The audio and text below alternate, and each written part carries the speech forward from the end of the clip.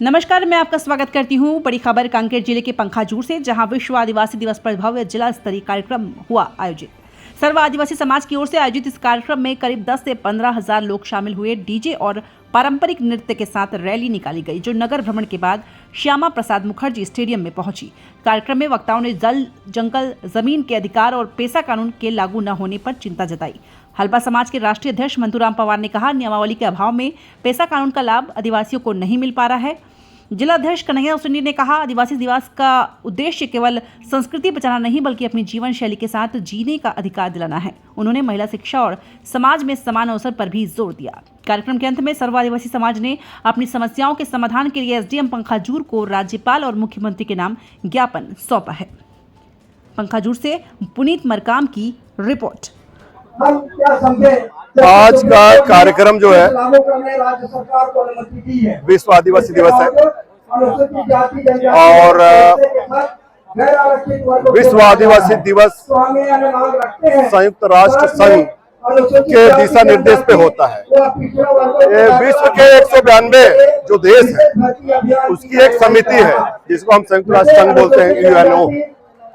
द्वितीय विश्व युद्ध होने के बाद जब आंकलन हुआ युद्ध ठहरा तो कि किसका कितना नुकसान हुआ पूरी दुनिया में, उस समय ये पाया गया कि जो एक नहीं सभी देश में से सबसे ज्यादा जन धन के नुकसान हुआ था तो वो था आदिवासी।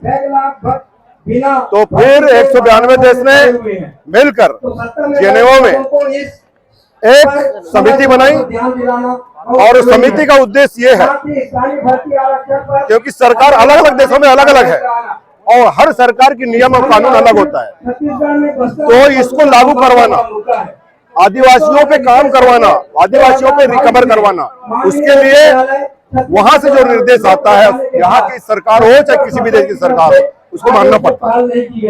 इसलिए उन्होंने ही एक दिन का तारीख तय किया, वो भी 9 अगस्त, और 9 अगस्त को आदिवासी दिवस घोषित किया, जिसको इंग्लिश में एक वर्ड है इंडिजिनस पीपल बोलते हैं, इंडिजिनस डे बोलते हैं। तो इंडिजिनस डे का मतलब होता है आदिवासी दिवस।